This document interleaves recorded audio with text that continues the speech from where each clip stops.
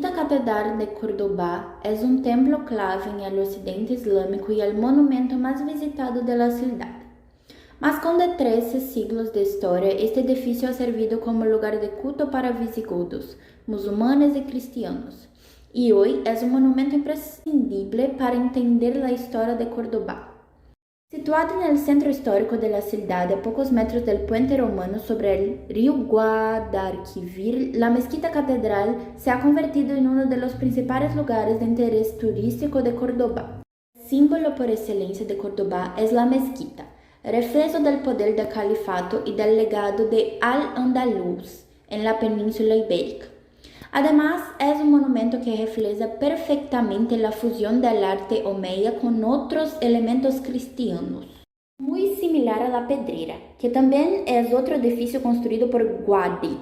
El recorrido por el interior es muy chulo y con una tecnología interactiva increíble, en la que cada persona recibe un dispositivo y puede ver cómo era cada habitación de la casa. Batlló, Barcelona. Este es uno de los edificios más intrigadores que tiene mucho éxito y atrae la atención de los turistas. La Casa Batlló es un edificio situado en el Paseo de Gracia, una de las zonas más concurridas de Barcelona. Construida entre 1875 y 1877, la Casa Batlló fue encargada por Jorge Batlló Casanovas. El edificio ya existía, era una obra de Emilia Sala Cortés. Sin embargo, Guade lo renovó por completo, siendo un reflejo de la época naturalista del arquitecto. Hileras monumentales de arcos superpuestos. Sus 20.400 bloques de piedra no están unidos por ningún tipo de mortero o cemento y se mantienen en un perfecto y sólido equilibrio de fuerzas. La altura máxima de la construcción se alcanza en la plaza del Azogueiro, Arqueducto de Segovia. Probablemente se construyó en la época Flavius, entre la segunda mitad del siglo I y principios del II, siendo emperadores Vespasiano y Trajano, para transportar el agua del río Acebeda a la ciudad. Impresionante obra de ingeniería en excelente estado de conservación comienza cerca del Palacio de la Granja con unos sencillos arcos que conducen el agua hasta el aljibe, conocido como el Caserón. Más tarde, un canal de piedras taladas lo lleva hasta una segunda torre y al llegar a la plaza de Díaz Sanz. Las Rías Bajas son una de las principales divisiones geográficas de la costa gallega. Antes de hablar más sobre ellos, es necesario aclarar el significado del término ría. La ría es un rasgo llamado de la costa gallega y también parte de Asturias y el norte de Portugal. As rías são os braços de mar que, como se fuera um valle, se adentram na costa. Las rías bajas, todas banhadas por el Océano Atlántico, são as mais extensas. De norte a sur, são as rías de Concubion, Muros e Noia, Aronsa, Pontevedra, Aldrán, Vigo e Bayona. Es una región de enorme importancia económica, ligada a la pesca y la producción de mariscos. La gran belleza de sus paisajes atrae a muchos visitantes de la región, que cuenta con una infraestructura turística desarrollada. Las playas de la costa gallega son de la gran belleza, generalmente salvajes y con poca infraestructura turística. Por el clima y los vientos que soplan en la región, y principalmente por la gelida temperatura del agua, son playas para pasear más que para bañarse en el mar. Las Rías Bajas son una de las principales regiones de producción de marisco del mundo. Para los amantes de marisco, la región ofrece una oportunidad única de probar pescados y mariscos frescos, de las más altas calidad, y por un precio muy inferior al que pagaría en otras partes del mundo. Y en el interior de las Rías Bajas se produce un vino típico gallego de gran calidad, el Albariño. Él es compañero perfecto para los mariscos. Sierra Cazorla. El Parque Nacional Sierra de Cazorla no solo es el parque nacional más grande de España, sino también el segundo más grande de toda Europa, por detrás de Vatnajökull en Islandia. Todo el Parque Nacional se extiende no solo sobre la Sierra de Cazorla, sino también sobre las sierras de Segura y Las Villas. Se trata del mayor espacio natural protegido de España. Estas 200.000 hectáreas de sierra se encuentran al noroeste de Jaén, con frondosos pinares de algebán, especies únicas como la violeta de Cazorla, la lagartija de Valverde, narciso que dice el más pequeño del mundo y una partícula planta carnívora.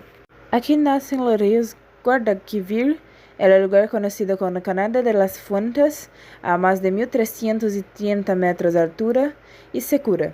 La reserva ocupa terrenos en 23 municipios de la comarca de Cazorla, Segura, Quesada y Las Villas, y tiene el privilegio de albergar varias especies como la cabra montes, el ciervo y el jabalí, así como muflores, que se pueden ver viviendo en semicatividad y en coto sinérgico del collado de Almendral.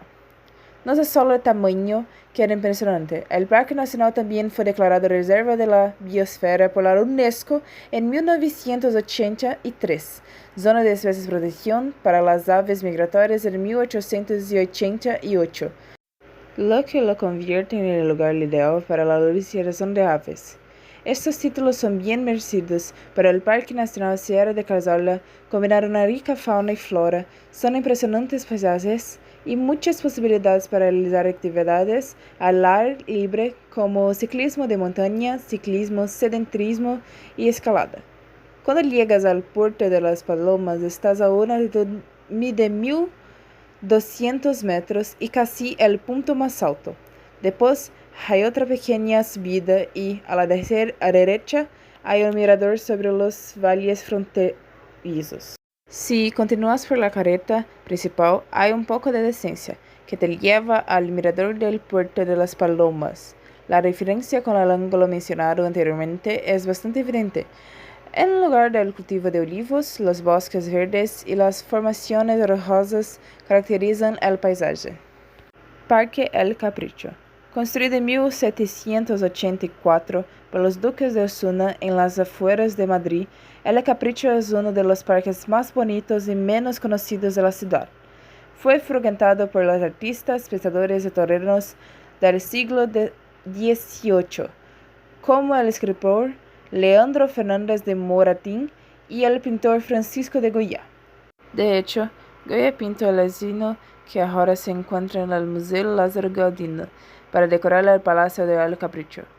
Con una gran cantidad de tesoros botánicos y maravillosas esculturas, el parque alberga una mansión, un kiosco de música, un laberinto y un pequeño lago. Tras la muerte de la duquesa, el parque fue cayendo poco a poco en mal estado hasta que en 1974 el Ayuntamiento de Madrid lo adquirió y lo devolvió a su antiguo esplendor. Las obras finalizaron en 1999 y el parque fue reabierto al público. Los jardines de 19 hectáreas y diseñados por Jean-Baptiste Mulot, que también trabajó en el Petit Trianon de Versalles, le dividen en las 3 secciones: el parterre, jardín francés, el jardín paisajista inglés y el giardino al italiana, jardín italiano. Otra joya encontrada en el parque es un búnker de la Guerra Civil Española, que sirvió como cuartel general del Ejército Republicano de la región centro. Este refugio de 2.000 metros cuadrados se encuentra a 15 metros bajo tierra y pudo proteger a los soldados de bombas de hasta 100 kilómetros. Construido en 1937, se eligió este lugar porque está alejado de la línea del frente. Tiene una excelente infraestructura de comunicación y está rodeado de árboles y arbustos que lo hacen bien escondido. El refugio tiene 7 salas rectangulares, 4 a la derecha y 3 a la izquierda, 4 salidas al parque y una galería que da acceso a la calle que atraviesa el sótano del Palacio Duque de Osuna.